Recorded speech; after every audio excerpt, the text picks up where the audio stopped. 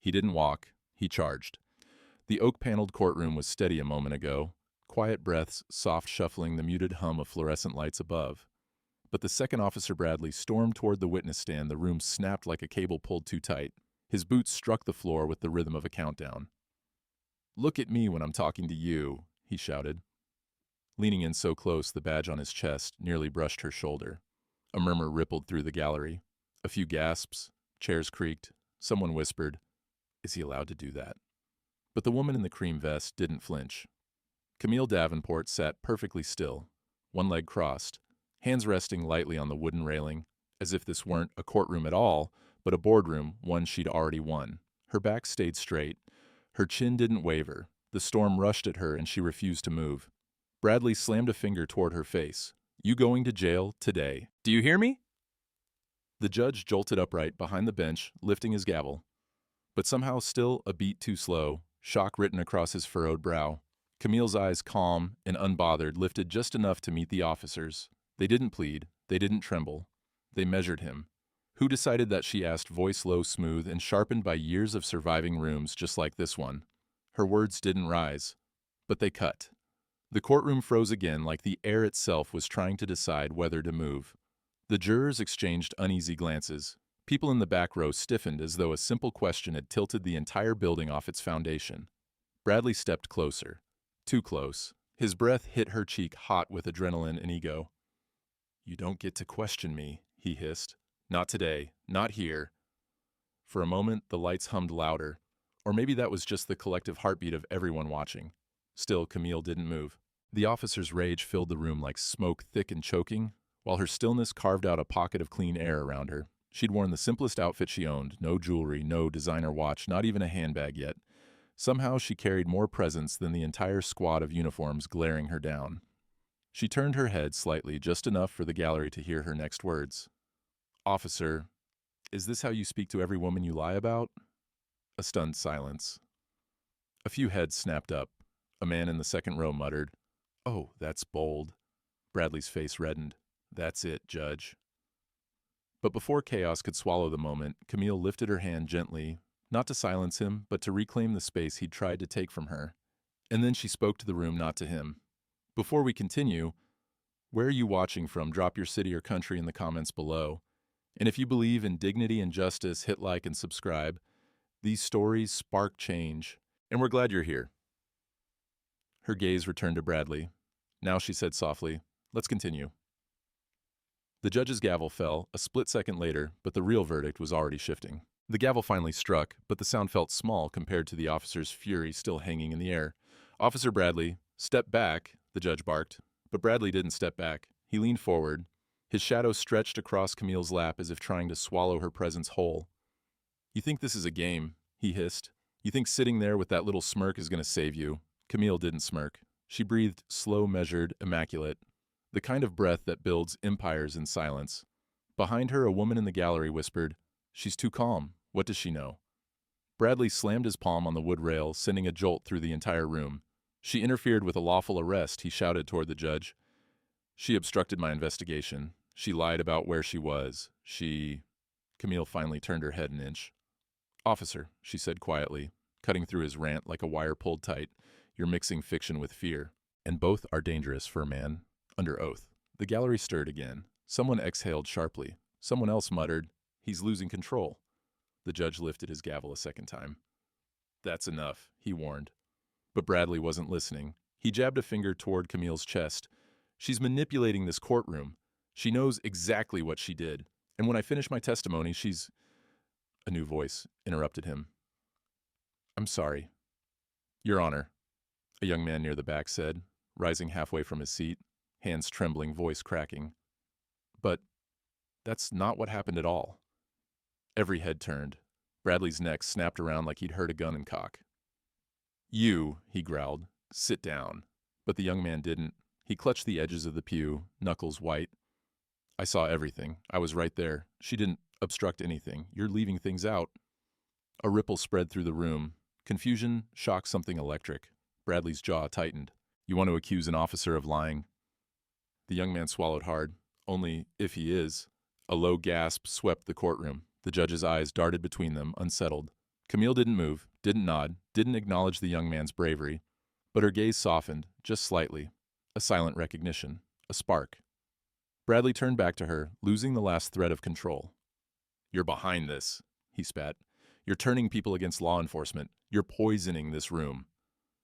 Camille uncrossed her legs slowly, gracefully, as if rising from an invisible throne. "I'm not poisoning anything," she said. "Truth simply has a habit of spreading once someone finally speaks it." The room tightened again, silent, breathless, waiting for something to break. And something was about to. The tension didn't rise. It compressed tight, heavy like the ceiling itself had lowered an inch. Officer Bradley's nostrils flared as he spun back toward Camille, fury leaking through every joint in his body. "You think one kid standing up for you changes anything?" he snapped. "You're still the one who—" He stopped. Because Camille finally looked at him. Fully, directly. Not with fear, but with an alert surgical stillness, like she was examining something fragile. "Officer," she said, her voice lower than before, "you keep speaking about me as if you know what I am." He opened his mouth, but a loud scrape echoed one of the jurors, shifting in her seat with unease. Others leaned forward, caught between disbelief and something darker curiosity. The judge cleared his throat. "Officer Bradley, return to the stand. Now." But he didn't. He walked another step toward Camille, almost blocking the judge from view. "You're not fooling me," he spat. "I know exactly who people like you are. Walk around with attitude, pretending to be better than the law. But I've dealt with your type before, and you're not—" A sharp crack split the room. The judge's gavel slammed so hard the echo rattled the windows. "Officer Bradley, that is enough. Another word like that, and you'll be removed from this courtroom." But the damage was already done. Several people in the gallery stared at the officer with wide, horrified eyes. Two women whispered to each other, shaking their heads. A man near the aisle muttered, "He's finished. He doesn't even hear himself anymore." Camille remained still, a statue carved from resolve. Inside her, a memory flickered, age 22. Pulled over for a broken taillight that wasn't broken. Hands on the hood. Officer whispering, "You think the world owes you something?" Her silence that night tasted like metal. Today, in this courtroom, it tasted like purpose. Bradley jabbed a trembling finger at her. "She's dangerous," he said to the judge. "She's manipulating witnesses. She's twisting my words. That's not true." The voice came from the front row, older, firmer. A middle-aged woman stood clutching her purse to her chest. "I recorded the incident you're testifying about," she said, lifting her phone. "I wasn't going to show it unless asked. But this isn't right." You could feel the shock slam into the officer like a wave. "What?" Bradley barked. You can't present evidence like that. It's illegal." "No, officer," the judge said, leaning forward, eyes narrowing. "It's not. Show the court." A wildfire of whispers erupted. Bradley took one step back, then another. Camille's eyes never left him. "Pressure," she murmured softly, almost to herself, "always reveals the truth." And in that moment, something in the officer's posture cracked the first visible fracture in his certainty. The courtroom was shifting again, and this time it was shifting away from him. For a full second, no one breathed. The woman in the front row stepped farther into the aisle, holding her phone like a lantern in a cave. No one realized they were trapped in. The judge motioned her forward, and she approached with hesitant steps, fear in her hands, courage in her spine. Officer Bradley reacted first. "Oh, absolutely not," he barked, voice cracking. "That video is taken out of context. She probably edited it. People do that all the time, these cell phone videos." "They're—" "Officer," the judge snapped, "you will remain silent until instructed." Bradley's mouth hung open, disbelief spreading across his face. The woman turned toward Camille for just a heartbeat. Her eyes softened. Recognition, respect, maybe even apology. Camille didn't smile back. She simply gave a small nod. Permission, gratitude, strength. Then the woman pressed play. The room leaned forward as one. A grainy clip lit up the screen the bailiff connected. The angle was shaky, taken from a distance. But the audio was unmistakable. Bradley shouting. Bradley grabbing someone's arm. Bradley twisting the story he'd sworn to tell under oath. And Camille off to the side, calm, not interfering, not obstructing, doing absolutely nothing he claimed she did. Someone in the gallery whispered, "Oh my God." "Someone else," he lied, on the stand. The pressure in the courtroom shifted so fast it felt physical, like every molecule of air had turned to face the officer cornering him with truth. Bradley lunged toward the judge's bench. "This is ridiculous. This is an ambush. She planned this. She set me up." Camille finally rose from her seat, slow, controlled, elegant, Her chair slid back with a soft scrape that somehow echoed louder than all his shouting. "Officer Bradley," she said, her voice floating across the room like a slow-moving blade. "If you believe I planned the actions you took that night, then perhaps you're not testifying against me."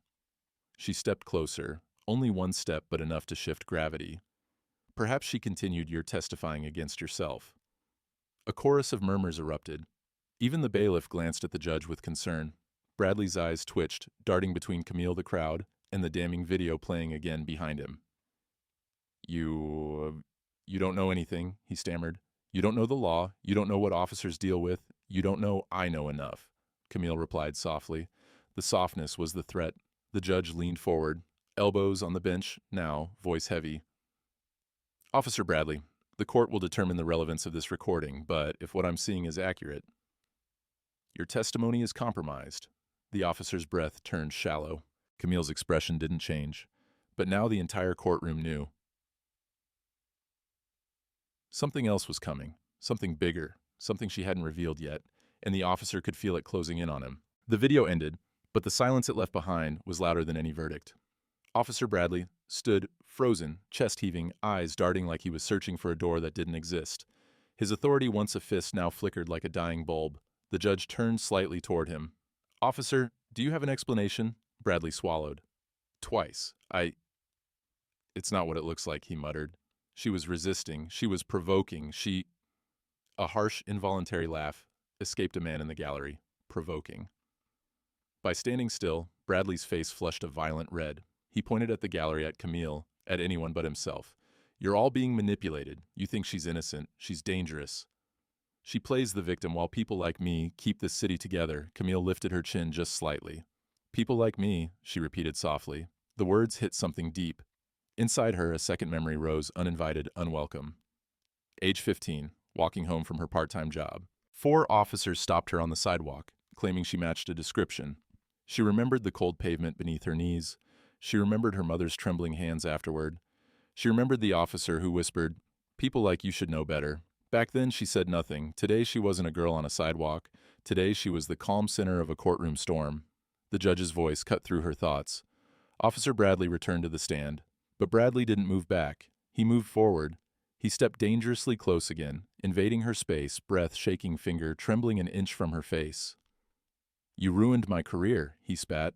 "You think you're smart? You think you're untouchable. I'll make sure you learn." The bailiff stepped forward, hand on holster. "Officer, step away." The entire gallery tensed, leaning forward, bracing for something to snap. But Camille's voice reached him before the bailiff did. "Officer," she said, quietly, "take one more step, and you won't be leaving this courtroom the way you came in." Bradley halted. It wasn't a threat, it was a diagnosis. The judge finally barked, "Officer Bradley, you are out of order. Stand down, or I will have you removed." But Bradley wasn't listening anymore. He wasn't seeing the judge. He wasn't seeing the gallery. He was staring at Camille and seeing the collapse of everything he thought he controlled. Camille held his gaze steady as stone. "You lied about me," she said, "and now the weight of that lie is choosing where to fall." For a moment, the entire courtroom seemed to hold its breath. No one moved, no one whispered. Everyone felt the shift, the subtle but unmistakable sense that the storm had reached its peak. And the next part wouldn't be yelling. It would be consequences. The judge's reprimand still echoed, but Camille didn't wait for the air to settle. She reached into the inner pocket of her blazer slowly, deliberately, and pulled out her phone. Not with panic, not with urgency, with authority so quiet it chilled the room. "Ms. Davenport." "This is highly irregular," the judge warned.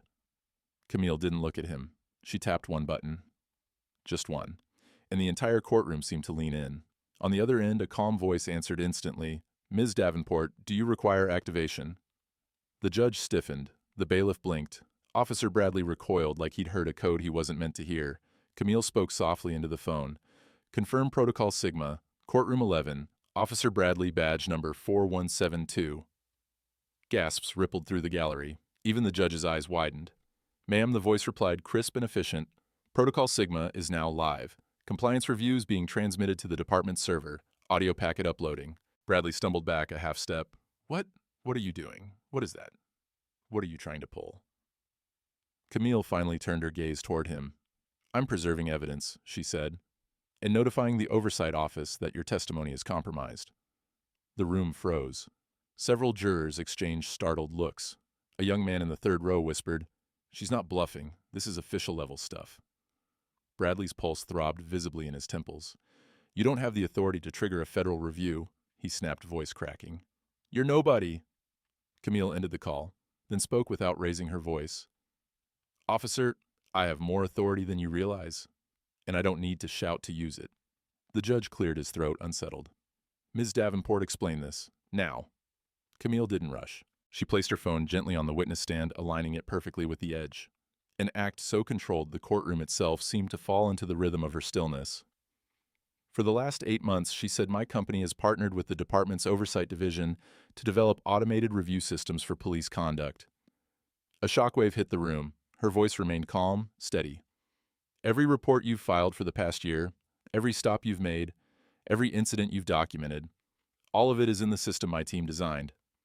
Bradley's face drained of color, and now Camille continued, "Protocol, Sigma has flagged your testimony for inconsistencies." The gallery erupted in whispers. Fear, disbelief, something close to awe.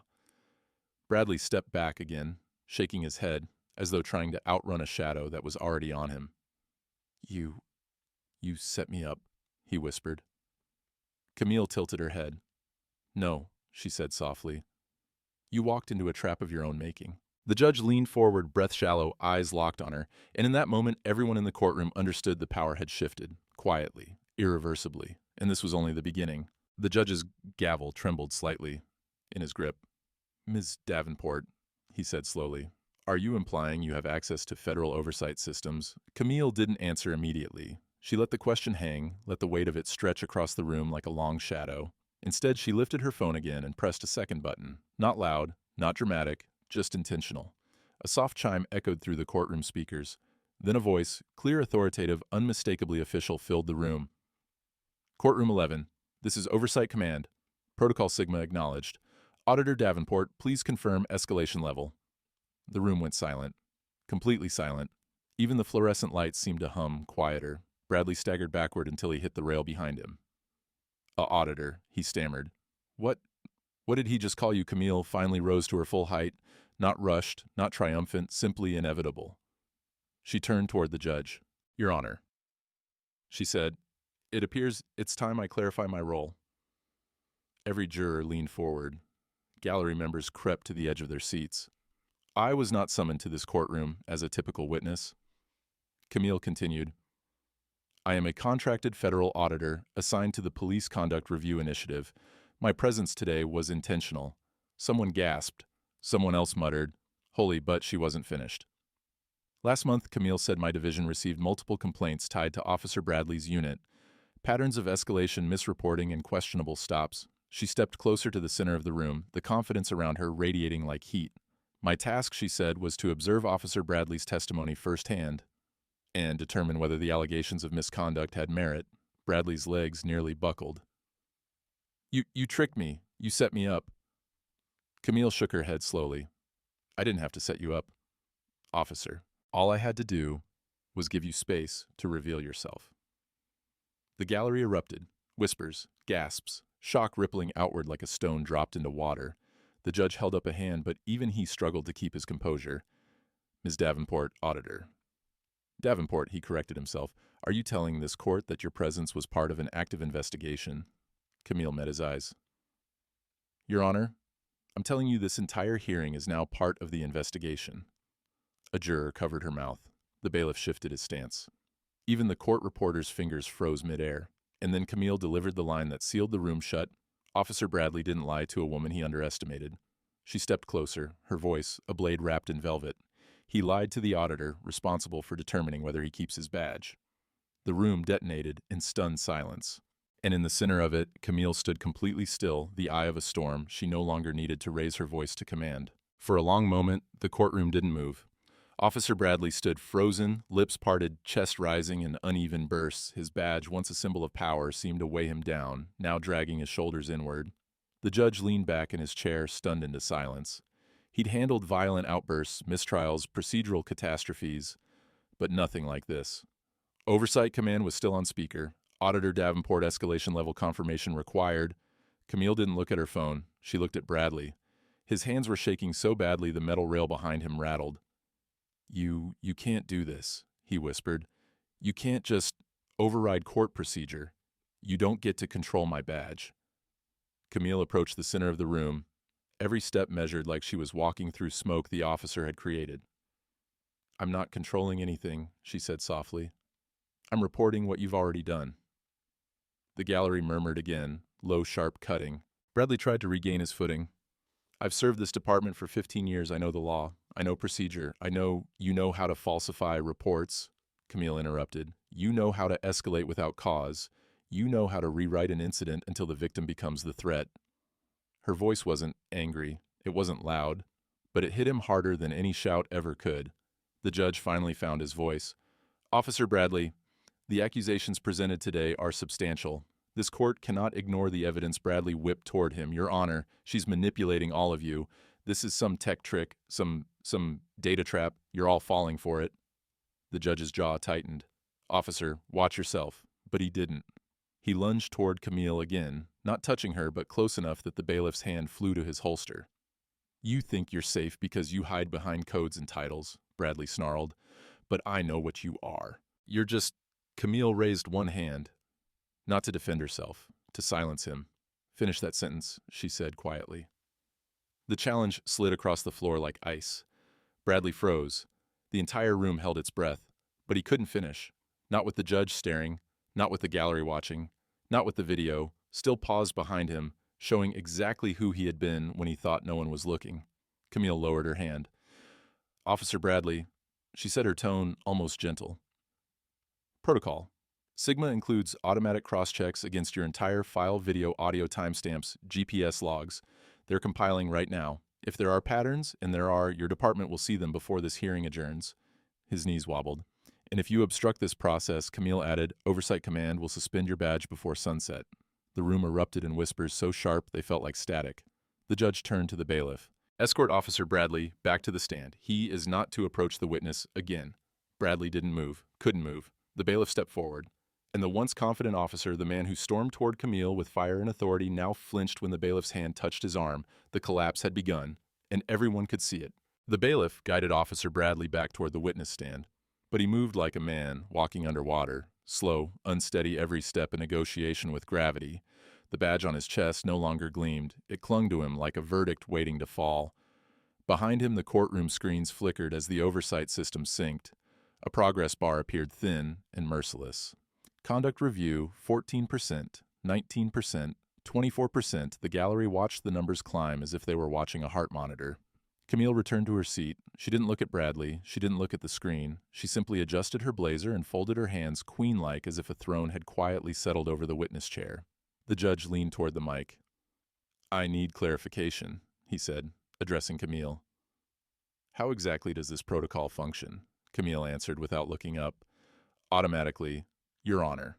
The moment a testimony is marked inconsistent, every related record in the officer's history is analyzed." "By your company?" he asked.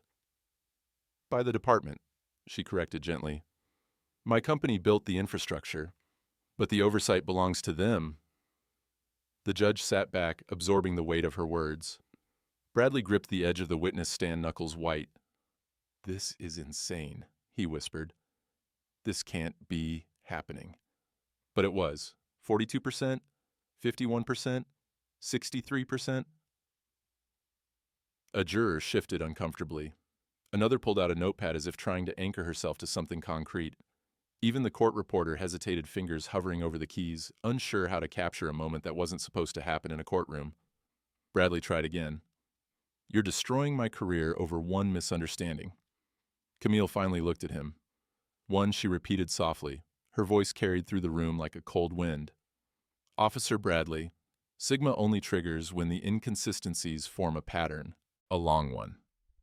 Bradley's breath hitched. What pattern? Camille didn't blink. "The pattern you created." The gallery erupted, soft gasps, sharp intakes, whispered expletives. Bradley stumbled back a step. "Judge, this is biased. She's biased. Look at her. She's targeting me." The judge didn't respond. He was staring at the screen. "Review, complete, 100%. A new message. Appeared, a single line that made the room tilt, flagged. Incidents 27. Action recommended. Immediate suspension, pending investigation. The bailiff inhaled sharply. A juror covered her mouth. 2 members of the gallery whispered, 27. Oh my God. Bradley shook his head violently. No, you don't understand. Those were justified. Every one of them. They were suspects. They were criminals. Camille spoke one last time, her voice steady as stone people. She said, are not criminals simply because you decided they were. The judge rose from the bench. Officer Bradley, he said, voice deep and final. This court is requesting immediate departmental intervention. Bradley sagged. His badge, heavy damning, seemed to drag him toward the floor, and for the first time all morning, Camille didn't look calm. She looked resolute, because the system had finally begun to turn, and it wasn't turning for him. It was turning for the truth. For a second, Officer Bradley didn't seem to understand the screen. Not really. He stared at it the way a person stares at a fire alarm, hoping the ringing will stop if they pretend it isn't happening. But it didn't stop. The judge lifted his mic. Court is in recess pending departmental review, he said. Bailiff, contact the precinct. We need a supervisor present immediately. Bradley jolted. No, you can't call them here. This isn't a departmental matter. This is a courtroom issue. Camille finally stood. She didn't speak. She didn't gesture.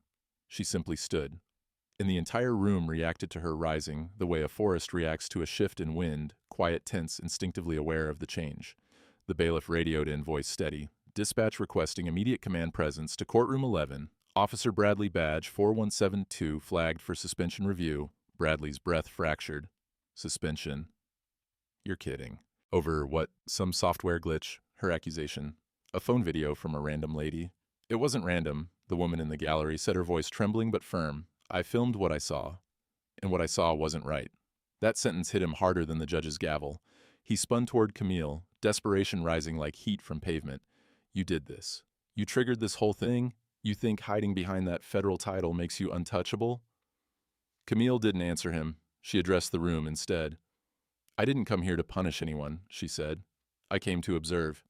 And what Officer Bradley revealed today, he revealed willingly. The judge nodded, and under oath.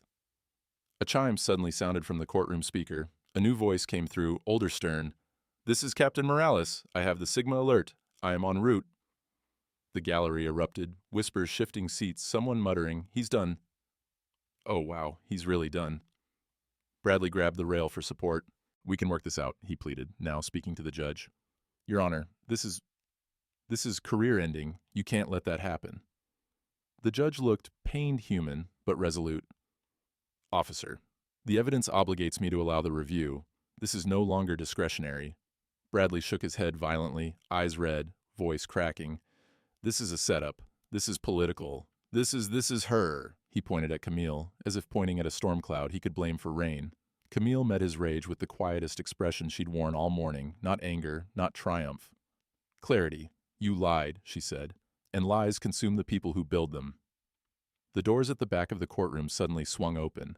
Captain Morales entered, broad-shouldered uniform, immaculate authority radiating from every step. His eyes landed on Bradley, then on Camille, then on the screen still showing the 27 flagged incidents. Officer Bradley Morales said, Hand me your badge. The courtroom inhaled as one. Bradley's lips parted. Captain. Please now, Morales said. A trembling hand rose. A badge came free, and the moment it dropped into the captain's palm, a quiet metallic click, the entire room understood the badge didn't fall. It was taken. By consequence. By truth. By the woman he never should have underestimated. When the badge landed in Captain Morales' palm, the courtroom didn't erupt. It folded in on itself, a collective exhale pulled tight into a single stunned silence. The officer who had stormed the room with fire now stood small, hollowed. His hands hung at his sides like they no longer belonged to him.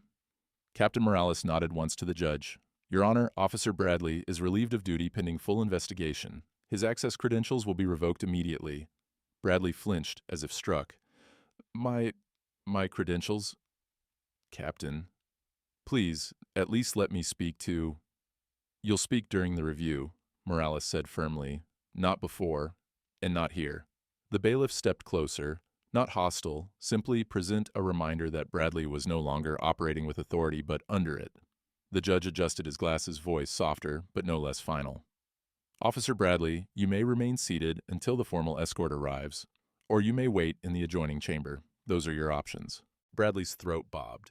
He looked at the judge, then at Captain Morales, then at the gallery whose eyes no longer feared him. They judged him, measured him, the way he had measured others. His gaze finally landed on Camille, and there the last thread of denial snapped. "You ruined me," he whispered.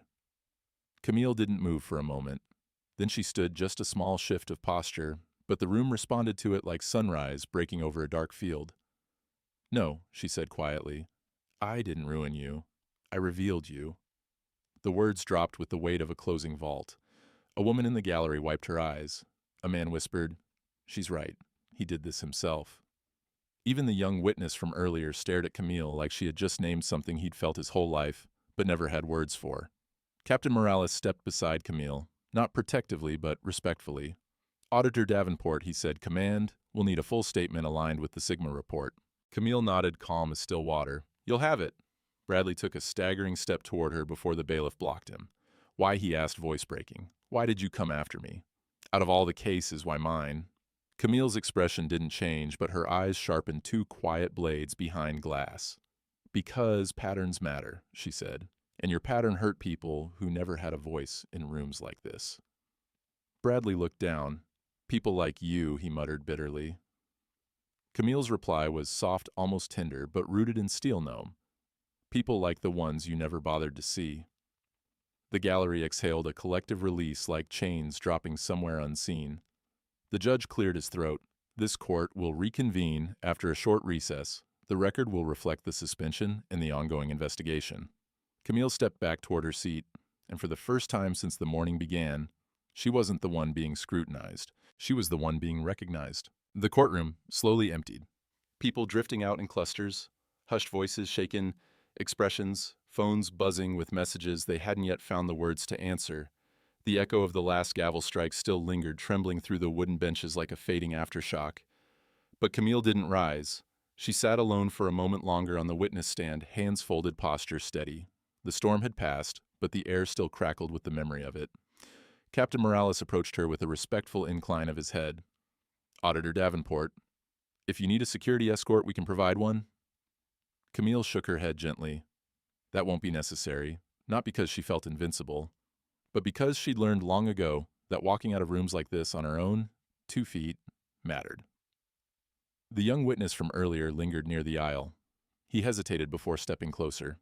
"Ma'am," he said, voice softer than before. "Thank you for standing up the way you did, for saying what no one ever says." Camille looked at him.